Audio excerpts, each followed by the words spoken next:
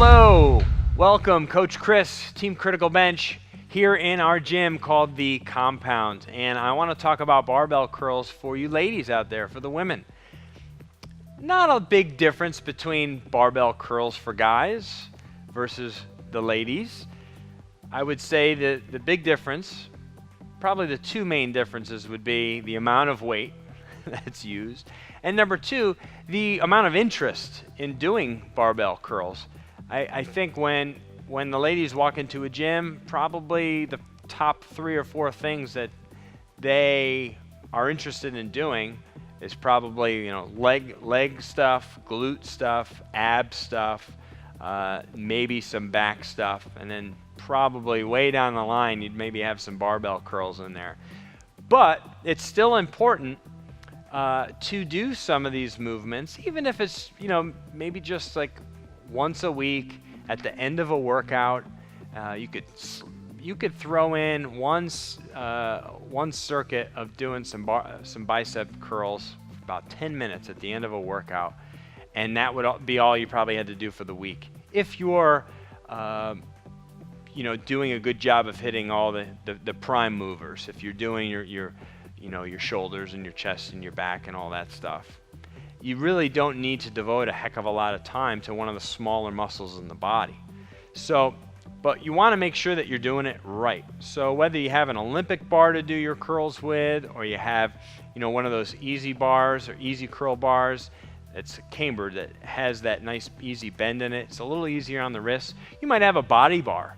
I mean, those are great, actually. A way to start with doing some curls. You grab a body bar from the aerobics classroom, the group exercise classroom, and those can go up into the 20+ pound range.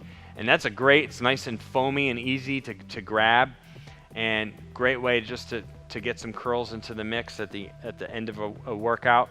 Again, it's such a small muscle group, I wouldn't suggest necessarily doing them at the beginning of a workout.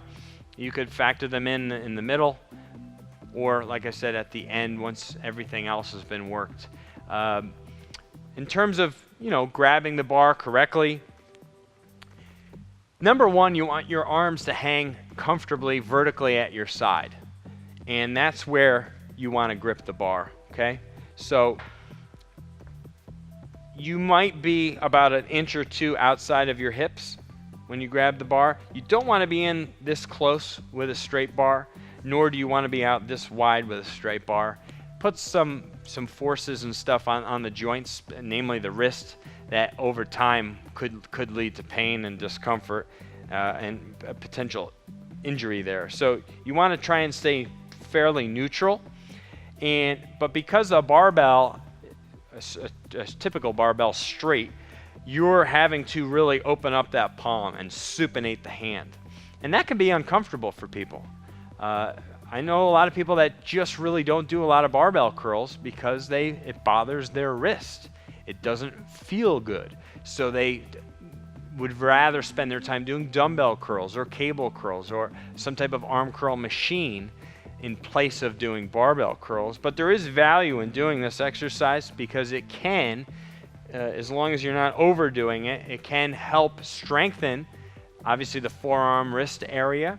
And that's, for the ladies especially, certainly as they get older, it's important to maintain a certain level of strength in the bones themselves and in the muscles, just for doing just day-to-day stuff, opening up a jar and things like that. I can't help but think back when I was younger and watching maybe my mother or my grandmother, something struggling, trying to open stuff, or hey, you do this for me. And that comes down to how much time were they devoting to exercising those key muscles from the elbow down, or even the shoulder down, to help generate that type of force. So just doing some barbell curls, and you can even grab it pronated. This is even more comfortable when you do it with a cambered bar, but you can grab it this way. Again, my arms are hanging vertically, okay? And then I can do curls like this, okay? And you'd want to start with pretty lightweight. That can put a lot of force on the wrists and be uncomfortable if you start too heavy with that. That's an exercise. Again, I would recommend probably doing that with dumbbells, with a bent bar, and that'll put a little bit less tension on those wrists, because you're not having to go to that extreme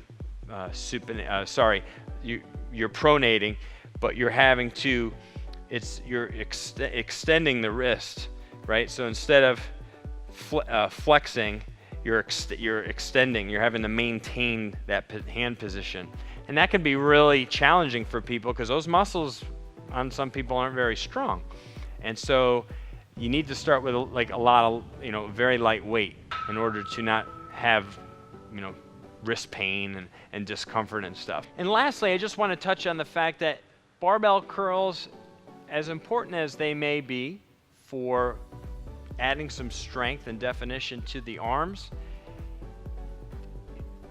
they're not the only thing that's really going to contribute to your arms looking better, right? So that goes back to doing the bigger compound lifts that work multiple muscle groups in your body at the same time, which leads to more calorie burning and obviously nutrition and stuff like that. If you're the type of person who really is trying to target and make their arms look better in like something sleeveless, right? Then just doing a whole bunch of curls all the time when you go in the gym, that probably won't get you there as fast as you would like it to. What's going to get you there faster is doing some curls, but again, devoting your time to more meaningful exercises and really having your eating habits dialed in. Doing hundreds and hundreds of curls isn't going to make you lose more fat in your arm area, okay? And the spot reduce thing. So just know that barbell curls for you ladies are valuable and worth doing, just maybe not super frequent. Keep the loads relatively light. If you have wrist pain or discomfort, then go with that cambered or easy curl bar in place of a standard straight bar, or spend your time doing dumbbell curls and cable curls and things like that are a little bit easier on the joints. Okay, hope you found this information helpful, and I have something else for you. It's a glute workout. Yes, I know I've been talking about biceps, but I know all ladies love glute workouts, and I have a free 5-minute glute workout for you. It's terrific, it's awesome, and you can get it one of two ways. Click the little arrow underneath this video, that top link, criticalbench.com/glutes. Click that link, enter your email, and this workout for your glutes is free. You can get it right away, or you can just click this box right here, enter your email, and download that report. Also, be sure to subscribe to our YouTube channel for more videos just like this. We have a ton on this channel. And check out this other awesome abs workout video that I know you'll really like. Thanks for watching, and we'll see you next time.